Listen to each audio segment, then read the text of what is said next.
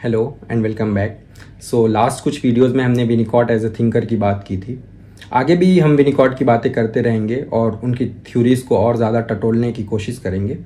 पर आज मैं आपको एक इंडियन थिंकर से मिलाना चाहता हूँ, और चाहे तो आप उन्हें पॉलिटिकल थिंकर बुला लें, चाहे तो आप उन्हें हिस्टोरियन बुला लें, क्लिनिकल साइकोलॉजिस्ट बुला लें, सोशियोलॉजिस्ट बुला लें, क्योंकि उनकी स्टडी किसी एक डिसिप्लिन तक लिमिटेड नहीं है। काफ़ी ज़्यादा इंटरडिसिप्लिनरी रिसर्च है। हालांकि इंडियन साइकिक के फॉर्मेशन की बात कर रहे हैं, बट क्योंकि सोशल साइंस की हर एक चीज़ एक दूसरे से इंटरलिंक्ड होती है, तो उन्होंने उस चीज़ को काफ़ी अच्छे से समझा और अपनी स्टडी में हर चीज़, हर सब्जेक्ट को जो है अच्छे से कनेक्ट करके एक इंडियन साइकिक फॉर्मेशन के बारे में बात की। और उस थिंकर का नाम है आशीष नंदी। फॉर्चुनेटली मुझे भी उनसे एक बार मुलाकात करने का मौका मिला। आशीष नंदी की अगर आप स्टडी देखेंगे तो उसमें वायलेंस का काफ़ी रेलेवेंस है, कि वायलेंस के बारे में डिटेल्ड स्टडी, कि किस किस तरीके से वायलेंस परपोर्टेट किया जाता है सोसाइटी में। तो उनका ये भी है कि वायलेंस हमेशा फिजिकल फॉर्म में नहीं होता, और किस तरीके कि आप जो है किसी को मार दिए या किसी पे गोली चला दिए या किसी को किसी तरीके से जो है हर्ट कर दिए, तो वही वायलेंस नहीं होता, बल्कि अलग अलग फॉर्म में। जैसे आपने किसी के अगर सेल्फ एक्सप्रेशन को जो है निकलने से, बाहर आने से रोक दिया, तो वो भी एक तरीके का वायलेंस है। या आपने किसी की ऑटोनॉमी छीन ली, तो वो भी एक तरीके का वायलेंस है। कोई कुछ करना चाहता हो दिल से, आपने उसको रोक लिया, तो वो भी एक तरीके का वायलेंस है। तो ये सारी चीज़ें जो है एक वायलेंस फॉर्म में आएगी। या तो आप किसी को गरीब कि कोई एक सोसाइटी का स्ट्रक्चर है जो गरीब को गरीब करते जा रहा है, अमीर को अमीर करते जा रहा है, वो भी एक तरीके का वायलेंस है। तो अक्सर मैं कहता रहता हूँ कि आप जो सोसाइटी के सबसे नीचे तबके को देखेंगे, अगर आप पिछले 10-12 साल से देख रहे होंगे, तो जो सोसाइटी का थोड़ा ऊपर का तबका है, उसकी जो है चीज़ें अपग्रेड होती जा रही हैं। साइकिल से, बाइक से, फिर कार से, फिर और लग्जरी कार से चीज़ें अपग्रेड होती जा रही हैं पिछले 10-15 सालों में बस। बट आप नीचे तबके वालों को देखेंगे तो वो वहीं के वहीं हैं।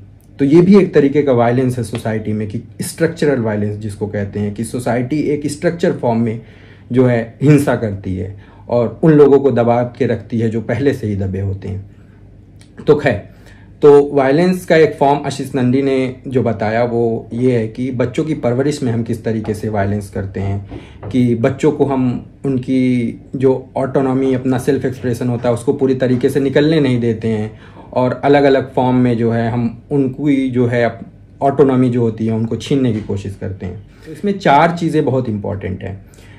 4 चीज़ों में सबसे पहली चीज़ जो आशीष नंदी ने बात की, उन्होंने ये कहा कि हम अपनी नीड बच्चों पे प्रोजेक्ट करते हैं।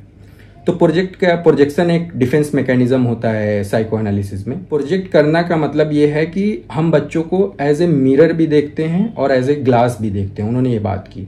ग्लास मतलब कोई भी ग्लास से अगर आप देखेंगे तो बाहर की चीज़ें दिखेंगी, राइट। तो अब जब बच्चों को हम ग्लास की तरह देख रहे हैं तो हम बच्चा देख पा रहे हैं। अब बच्चे को जब हम मिरर की तरह देख रहे हैं, शीशे की तरह जिसमें आप चेहरा देखते हैं, तो आपको बच्चा नहीं, आपको अपना चेहरा दिखेगा। तो बच्चों में हम अपना भी चेहरा देखते हैं और बच्चा भी देखते हैं। तो इसका क्या मतलब? इसका मतलब ये है कि हमारे कुछ अनफुलफिल्ड नीड और डिज़ायर होते हैं, जैसे सोसाइटी में रेपुटेशन बनाना। अब कुछ भी करके, जैसे आपने कोई डिग्री हासिल कर ली या आपने कोई बड़ा पद हासिल कर लिया, तो इस मतलब करने की चाह रख रहे हैं आप, शुरू से ही करने की चाह रख रहे हैं, मगर आपको कभी किसी वजह से जो है वो चीज़ पूरी नहीं हो पाई। तो अब क्या होगा कि जब आपका बच्चा होगा तो आप उस पर प्रोजेक्ट करेंगे कि वो बच्चा आपकी जो है नीड को फुलफिल करे। तो आपने अपनी नीड बच्चों पे प्रोजेक्ट कर दी, तो आप अपने आप को बच्चे में देख रहे हैं। तो ये है प्रोजेक्शन। तो इसको पूरा समझिए कि आप क्यों करने की कोशिश कर रहे थे पहले, क्योंकि वो समाज में बहुत अच्छी मानी जा रही थी, समाज में लोग अप्रूव करते, मगर आप किसी वजह से कर नहीं पाए। अब जब बच्चा आया तो आपने वो नीड बच्चे पे डाल दी। अब बच्चे पे जब डाल दी तो समाज अप्रूव करेगा फिर से, क्योंकि वो सोसाइटी में तो रेपुटेटेड चीज है ही। तो पूरा समाज मिलके वो चीज को अप्रूव कर दिया। अब बच्चे के पास कोई ऑप्शन नहीं है, क्योंकि उसके पास कॉग्निटिव ऑटोनॉमी नहीं है उस वक्त तक कि वो समझ सके कि ये चीज़ क्या है। बस क्योंकि आपने डाल दी उसके माइंड में, तो वो जो है मान लिया कि हाँ यही करना है, यही बनना है। तो आगे चल के फिर धीरे धीरे वो बच्चा उसी तरीके से ढलता जाता है और उसकी जो अपने सेल्फ एक्सप्रेशन वाली चीज होती है वो उसके तले दबती जाती है। तो बच्चे का जो असल होता है वो उसके नीचे दबता जाता है और आपकी जो डाली हुई थोपी हुई नीड है वो जो है उसके ऊपर हावी होती जाती है। तो आगे चल के जब बच्चे को ये चीज समझ में आ जाती है कि जैसे आप देखते हैं कि कितने सारे एजुकेशन इंस्टीट्यूट में जो बच्चे पढ़ाई करने जाते हैं तो उनको उस सब्जेक्ट में या उस कोर्स में ज़्यादा अच्छा नहीं लगता जो इस कोर्स में कर रहे हो। बड़ी बड़ी मुश्किल से पास होना, फिर उसके बाद उस चीज़ से फ्रस्ट्रेट होना। तो वजह ये होती है कि वो अपने सेल्फ के साथ उस चीज़ को रिलेट नहीं कर पाते हैं क्योंकि वो तो थोपी हुई नीड थी। जैसे हमारे इंडिया में बहुत कॉमन इंजीनियरिंग और डॉक्टरी। इंजीनियरिंग तो थोड़ा फिर भी कम हो गई, पर डॉक्टर बनना, तो बच्चा हमारा डॉक्टर बनेगा किसी हिसाब से। अब बच्चे को डॉक्टर बनना है कि नहीं, बच्चे का सेल्फ डॉक्टर बनने को कह रहा है कि नहीं, उससे कोई मतलब नहीं। बस हमको बच्चे को डॉक्टर बनाना है क्योंकि हम उस चीज को देखते हैं कि सोसाइटी में बहुत अच्छी चीज है, लोग अप्रूव करेंगे, इस वजह से जो है बच्चा डॉक्टर बने। तो आगे चल के जब बच्चा डॉक्टरी करना शुरू करता है तब उसको समझ में आता है अरे मुझे तो डॉक्टर बनना ही नहीं था, मुझे तो कुछ और बनना था। तो फिर आपसे जो है उसको एक तरीके का फ्रस्ट्रेशन, एक अनकॉन्शियस गिल्ट जो है और अनकॉन्शियस नफरत हो जाती है आपसे बच्चे को। हालांकि उसको हो सकता है कि वो कभी नफरत सामने आए ही ना, बट वो अलग अलग फॉर्म में किसी ना किसी तरीके से वो आती रहती है। तो ये प्रोजेक्शन की प्रॉब्लम है कि एक प्रॉब्लम हो गई कि किस तरीके से हम अपनी नीड बच्चों पे प्रोजेक्ट करते हैं। अब ये एक चीज हो गई। दूसरी चीज क्या है? दूसरी प्रॉब्लम ये है कि हम बच्चे को एडल्ट के कंपेयर में रख के उसको जो है नीचा दिखाने की कोशिश करते हैं बार बार। तो बच्चा अगर क्रिएटिव, जैसे हम मानते हैं क्रिएटिव कौन हो सकता है, तो क्रिएटिव केवल एडल्ट हो सकता है। अच्छे से मेहनत कौन कर सकता है, तो अच्छे से मेहनत एडल्ट कर सकता है। तो ये सारे बेसिस पे हम एडल्ट को आसमान पे चढ़ा के बच्चे को बिल्कुल नीचे कर देते हैं। बच्चे की कोई वैल्यू नहीं, बच्चे की कोई रेपुटेशन नहीं, बच्चे की अपनी जो बीइंग है जो वो अपने दायरे में कर सकता है उसकी कोई जो है सुनवाई नहीं। तो हमको लगता है कि बच्चा कुछ नहीं कर सकता, बच्चे को जो करेंगे हम करेंगे। तो इसी वजह से हम बार बार थोपने की कोशिश करते हैं उनके ऊपर, क्योंकि हमको लगता है कि हमको हर तरीके से बच्चे को जो है बताने की, समझाने की, एक मोरल्स, वैल्यूज, ये सारी चीजें डालने की कोशिश करिए। अगर हम नहीं कर पाएंगे तो बच्चा बिगड़ जाएगा। तो हमको ऐसा लगता है बार बार। मगर बच्चे को बस एक चीज चाहिए, प्यार। प्यार से मुराद मेरा सिर्फ ये नहीं है कि प्यार, अब डांटना भी एक कभी कभी प्यार में आता है। तो बच्चे को प्यार चाहिए। आप जो है उसको जो है एक बिल्कुल ही आइसोलेट करके, उसको नॉन बीइंग समझ के उसके ऊपर सारी चीजें डाल रहे हैं। और क्योंकि क्रिएटिव नहीं है, क्योंकि वो जो है कुछ मेहनत नहीं कर सकता, तो उसको आप जो है इस तरीके से एक इनोसेंट वाली इमेज बना लिए। बच्चा है, इनोसेंट है, उसके साथ बस जो है थोड़ा सा बच्चों की लैंग्वेज में बात कर लेंगे, थोड़ा सा हंस लेंगे, अपने आप को खुश कर लेंगे। फिर बच्चे की जो है इनोसेंस की वजह से हम उसको जो है बिल्कुल नीचे उतार देते हैं। जैसे अभी मैं एक रिसेंट एग्जांपल देता हूं, थोड़ा पॉलिटिकल है, बट मैं पॉलिटिकल में जाने से कोई मुझे गुरेज नहीं है, कि प्राइम मिनिस्टर नरेंद्र मोदी अपने थर्ड टेन्योर में जब आते हैं प्राइम मिनिस्टर बनके, तो leader of opposition Rahul Gandhi ने स्पीच दी। लास्ट में उन्होंने जो है पार्लियामेंट में खड़े होकर स्पीच दिया और उनकी पॉलिटिकल राइवलरी एक तरफ, मैं पॉलिटिकल राइवलरी पे बात नहीं कर रहा हूं, ना तो मैं किसी को सपोर्ट कर रहा हूं, ना तो किसी से मुझको प्यार है। बात यह है कि उन्होंने खड़े होकर 30 से 35 मर्तबा कम से कम राहुल गांधी का मजाक उड़ाने के लिए उनको बाल बुद्धि बाल बुद्धि बाल बुद्धि नाम से बुलाया। तो बाल बुद्धि से मतलब यह हुआ कि आप तो बिल्कुल, मतलब उनको राहुल गांधी को आप डिमीन करना था, उनको जो है नीचा गिराना था, तो उन्होंने बार बार बाल बुद्धि बोला। तो किसी को नीचा गिराना है तो आप उसको बाल बुद्धि बोल दीजिए। तो आपको कुछ आता ही नहीं, आप तो बच्चे हैं, तो बाल बुद्धि। आप जाके जो है कल को जो है खड़े होके जो है वहां पे बताएंगे कि बच्चे किस तरीके से ग्रो करें, बच्चे का जो है एग्जाम की तैयारी, परीक्षा पे जो है आप जो है लेक्चर देते हैं जाके, और यहाँ पे खड़े होके बच्चों की जो है वैल्यू को बिल्कुल ही खत्म कर रहे हैं।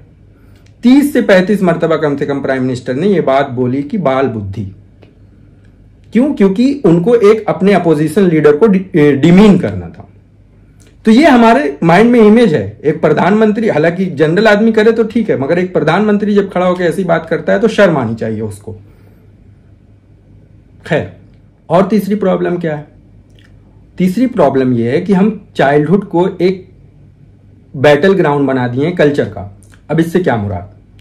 इससे मुराद ये है कि कल्चर, जैसे अंग्रेज जब आए इस हिंदुस्तान पे शासन करने, तो उन्होंने काफी टाइम तक शासन किया, मगर उन्होंने अपनी काफी चीजें हमारे ऊपर थोप के चले गए। अंग्रेज की भी यही प्रॉब्लम थी। ये अंग्रेजों का ही दिया हुआ है कि बच्चों को डिमीन करना, बच्चों को, क्योंकि वो खुद स्टार्टिंग में जब आए थे उन्होंने राज करना ही इसी वजह से शुरू किया। उन्होंने कहा कि हम अभी बच्चे हैं, हमको कुछ पता नहीं है।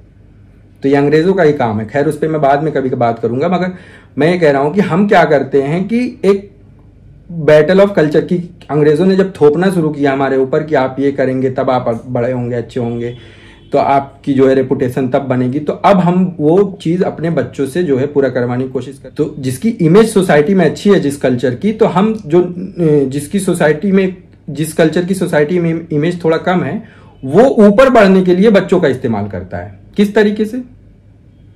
जैसे फिर से अंग्रेजों का एग्जाम्पल दे रहा हूं कि आजकल आप देख रहे होंगे कि बच्चा बड़ा हुआ, चलना शुरू किया, 3 से 3.5 4 साल तक हुआ नहीं कि उसको बड़ा बड़ा बैग लेके, बड़ी बड़ी किताबें लेके जो है वो पीछे लटका के बेचारा जो है सुबह से लेके शाम तक उसी स्कूल में जो है सड़ रहा होता है।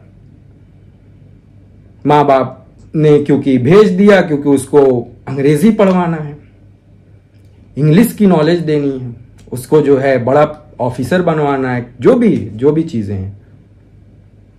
तो अब ये क्योंकि एक कल्चर ने किसी चीज को प्रायोरिटी दी, अंग्रेज आए उस चीज को प्रायोरिटी देके चले गए कि ये बहुत बड़ी चीज है, आप ये किसी भी तरीके से आपको हासिल करना होगा, इससे आप जो है एक रेपुटेटेड इंसान बन सकते हैं। तो हम नहीं बन पाए, चलो कोई बात नहीं, अब हम ये बैटल, ये लड़ाई हम अपने बच्चों से करवाएंगे।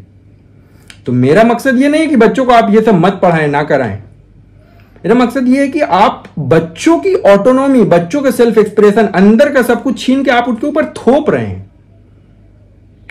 तो बिल्कुल ये मतलब नहीं है कि आप ये सब ना कराइए, मगर आप देखिए बच्चे की एक सर्टेन एज होती है, आप अपने कल्चर की जो बातें हैं, चीजें हैं, उसको बिल्कुल खत्म कर रहे हैं क्योंकि आप बड़े कल्चर की तरफ बढ़ना चाह रहे हैं, उसको प्रायोरिटी देना चाह रहे हैं। मैं ये भी नहीं कह रहा हूं कि आप अपने कल्चर की कराइए, आपकी मर्जी है, कराइए या मत कराइए, मगर बच्चों की जो ऑटोनॉमी है वो आ कहां से रही है, आप ये देखिए। बड़ा बड़ा बैग लेके, बड़ी बड़ी किताबें लेके जब 4 साल का बच्चा स्कूल की तरफ बढ़ता है तो उसके माइंड में किस तरीके से आपके लिए झल्लाहट और नफरत होती होगी, आप ये कभी सोचिएगा। तो ये प्रॉब्लम, ये तीसरी प्रॉब्लम हो गई। तो पहली प्रॉब्लम तो प्रोजेक्शन वाली की, प्रोजेक्ट करते हैं। दूसरी प्रॉब्लम ये हो गई कि किस तरीके से हम बच्चों को डिमीन, नीची नजर से देखते हैं। तीसरी प्रॉब्लम हो गई कि एक कल्चर का बैटल ग्राउंड बना दिए बच्चे को। और चौथी जो प्रॉब्लम है वो ये है कि किस तरीके से हम बच्चे को इंस्ट्रूमेंटल नजर से देखने लगे, कि बच्चा है, आया इस दुनिया में 2, 3, 4 साल की उम्र से हम ये काम कराएंगे, ये पढ़ाई पढ़ाएंगे, ये चीज कराएंगे तो बच्चा हमें पैसे कमा के देगा, या बच्चा ये रिजल्ट है स्कूल में, ये बच्चा ये रिजल्ट लाएगा, इतना अच्छा नंबर लाएगा तो हमारे समाज में जो है रेपुटेशन बनेगी। अगर वो रिजल्ट नहीं लेके आया तो फिर जो है प्रॉब्लमेटिक है, फिर बच्चे को जो है कुछ नहीं मिलेगा, प्यार नहीं मिलेगा, बच्चे को जो है डांट मिलेगी। तो हमने तय कर लिया है कि बच्चे को हम अपने हिसाब से ही प्यार करेंगे, जिसको कहते हैं कंडीशनल लव, कि हमारे हिसाब से चलेगा बच्चा तब उसको प्यार मिलेगा, वरना नहीं। बच्चा आया, क्या प्रॉब्लम है उसकी, किस तरीके से, क्यों वो चीज नहीं कर पा रहा है जो आप उसको कराने की कोशिश कर रहे हैं, हम ये बिल्कुल समझने की कोशिश नहीं करते। बस हम जो कह रहे हैं वो पूरा होना चाहिए। कोई बच्चा अगर एग्जाम में रिजल्ट अच्छा नहीं ला रहा है तो आप उसको समझिए कि उसके कई सारे रीजन हो सकते हैं। हो सकता है उसके पढ़ाई में मन ना लग रहा हो, किसी और वजह से उसको कोई और प्रॉब्लम हो, या जैसे कि हमने स्टार्टिंग में बात की है विनिकॉट की सारी चीज़ों में, उसमें कुछ चीज़ें उसकी अनफुलफिल रही होंगी जिससे कि उसका फिक्सेशन हो गया होगा उस स्टेज में और उसके लिए चीज़ें प्रॉब्लमेटिक हो रही होंगी आगे। तो ये सारी चीज़ों पे हम ध्यान नहीं देंगे, बस हम अपनी नीड प्रोजेक्ट करते जाएंगे। बच्चा क्या कर रहा है, किस तरीके से उसको ले रहा है, हमको कोई मतलब नहीं। तो हम बिल्कुल इंस्ट्रूमेंटल नज़र से देखते हैं कि ये बड़ा होगा तो पैसा कमाएगा, हमारे जो हम सुकून से रहेंगे।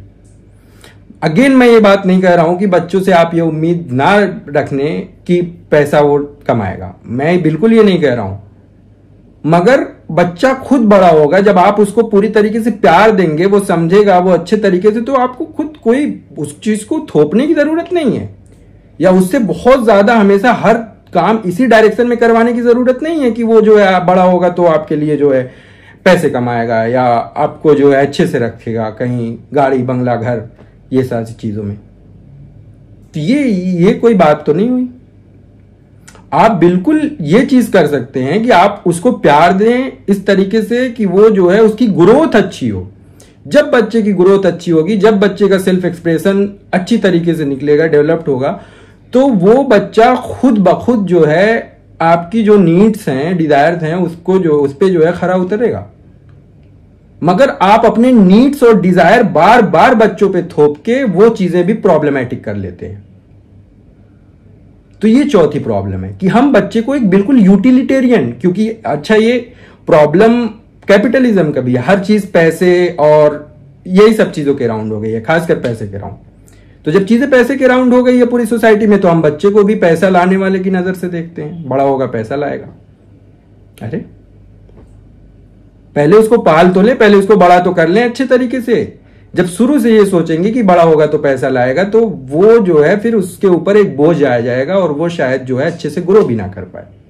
तो ये 4 प्रॉब्लम जो आशीष नंदी ने डिटेल में डिस्कस की है, और भी बहुत सारी चीजें डिस्कस की है, मगर मैं आगे जाना नहीं चाहता हूं, बट ये 4 प्रॉब्लम जो मैं आपके सामने रखना चाह रहा था। तो ये प्रॉब्लम्स हैं, अगर आप भी देखिए, अपनी पेरेंटिंग में देखिए, अगर आप बच्चों पे इन 4 चीजों के अकॉर्डिंग जो है चल रहे हैं, तो आप कोशिश कीजिए बदलने की, धीरे धीरे चीजों को जो है मॉडिफाई करने की, क्योंकि इससे बच्चे की ग्रोथ पे बहुत ही ज्यादा इफेक्ट पड़ता है। ख्याल रखिए अपना। Thank you.